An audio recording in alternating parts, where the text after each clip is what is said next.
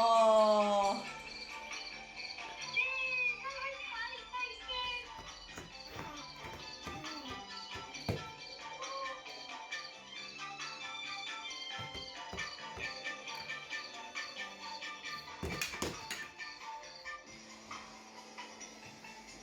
Oh, that's so creative. Hey.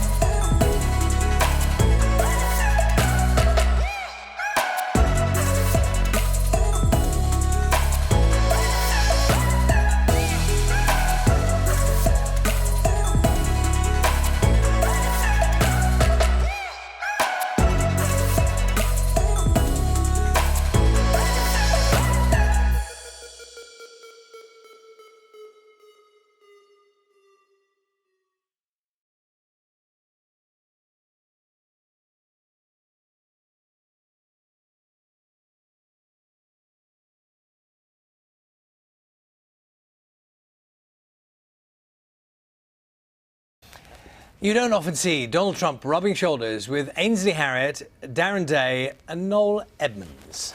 Where's this going? But, here's a but, you might have done if you're a fan of Christopher Spence, the artist better known as Cold War Steve. Look carefully. Yes, so the collages, they mix global leaders with British celebrities. They've become a really big internet hit, and he's putting on a gallery exhibition with the help of some teenagers, as Colin Patterson, our entertainment correspondent, explains. Cold War Steve started making digital collages on his mobile phone during his daily bus ride to his job in the probation service. It started as a coping mechanism for me, and then the fact that it's become popular is fantastic. But overriding, I want it to be funny and amusing more than anything. He now has more than 160,000 online followers and produces a new work about life in Brexit-dominated Britain almost every day, normally featuring a mixture of global leaders, sports stars and figures from the entertainment world. And he's even used a topless Dan Walker. One character who appears in every montage is the actor Steve McFadden, Phil Mitchell in EastEnders. He's used with complete reverence, really. He is me in them, he is the everyman in them, with his existential angst, you know, looking bewildered or annoyed or just you know, can't take any more. His latest project at the Whitworth Art Gallery in Manchester is rather different, a collaboration with pupils from the Fred Longworth High School. They were inspired by his pictures to make their own digital collages on the theme of what it's like to be a teenager in Britain in 2019. I've focused on racism as a teenager in Britain because, like, throughout my whole lifetime I've been facing different questions that people don't think are racist but are racist. It's about like loads of great British people, so it's got like Winston Churchill and Bobby Moore in it, but like it's mainly about like politics. So it's like saying like a second referendum could like in Brexit sort everything out. I am a big advocate for mental health and students being pressurised into being like perfect students. So I wanted to show it.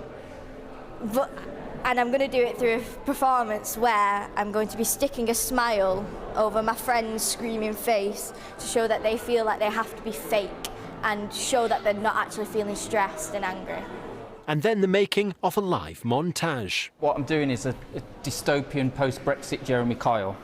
With the pupils suggesting who should go in. Before long, Mary Berry had joined Little Mix, and as for who was essential... Definitely Ali A, because he's a YouTuber and I really like YouTubers. It's just fun to see him being included with all the other like mainstream celebrities. Although Cold War Steve was thrilled, at least one TV legend has crossed generations. I was pleased to see that they all knew who Noel Edmonds was, so that was a relief. Colin Patterson, BBC News, Manchester. They're the kind of pictures where you want to linger and just be able to move around looking at the detail, aren't they? Because it's all in there. Like spotting.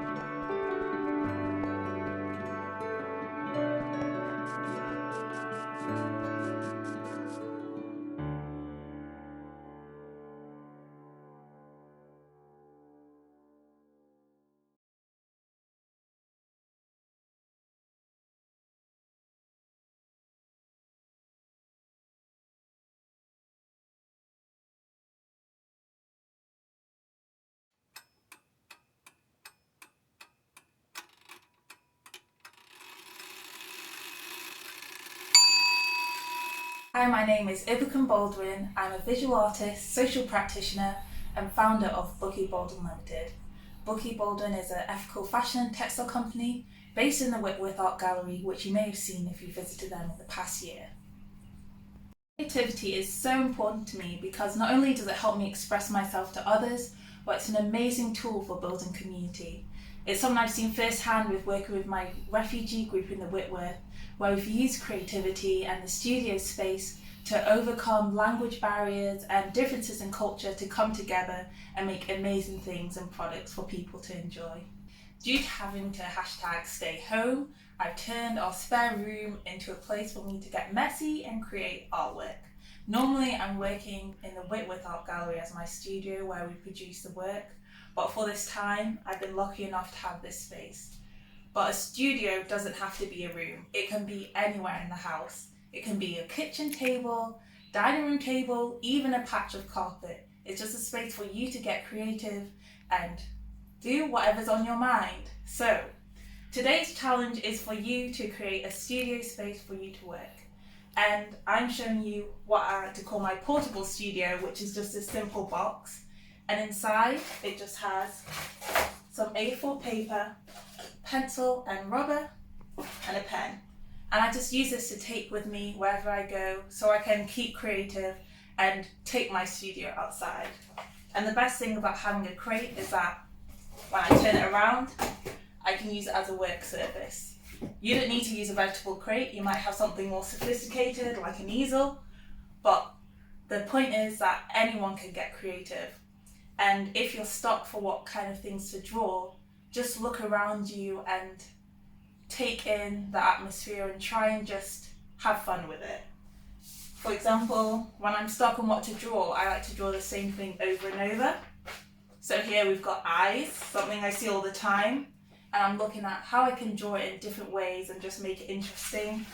I've got some faces and even some ugly looking noses. I don't know. But the point is, you can draw anything. It doesn't have to be good, it just has to be you expressing yourself. So I hope you enjoy getting creative.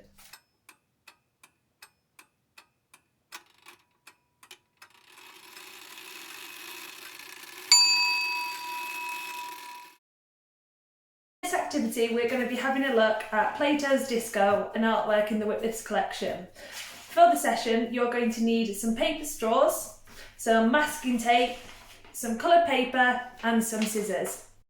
Okay, so the first step is we are going to make the structure for us to attach the coloured pieces to using paper straws.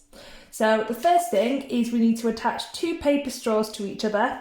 So the easiest way to do this is to squash one end, tuck it into the next paper straw to make one long stick. Once you've done this, with 3 extra paper straws, we need to fold these in half to create 2 sides of a triangle that are then going to attach onto this long paper straw. So we're going to attach these using tape, masking tape. So once you've bent all your straws, you can use the tape to attach these to each other, going up the long straw.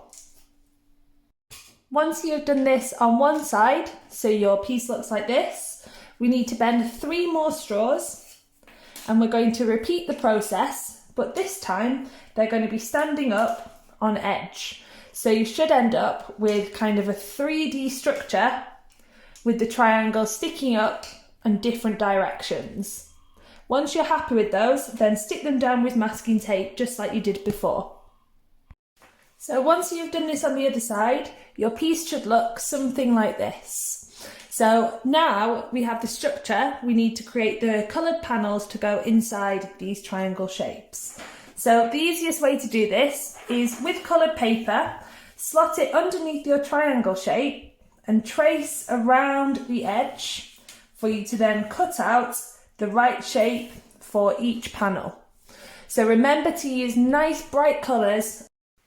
So once you have cut out all 6 triangles, you can then use some glue to add gently to the edge of each triangle and then stick this onto our paper straw structure. So working on each triangle, repeating the process, sticking those panels down to create the coloured effect. So once you've done it on one, repeat this process on each of the 6 triangles to make your finished piece. Once you have completed this, you should have your very own 3D Plato's Disco inspired artwork.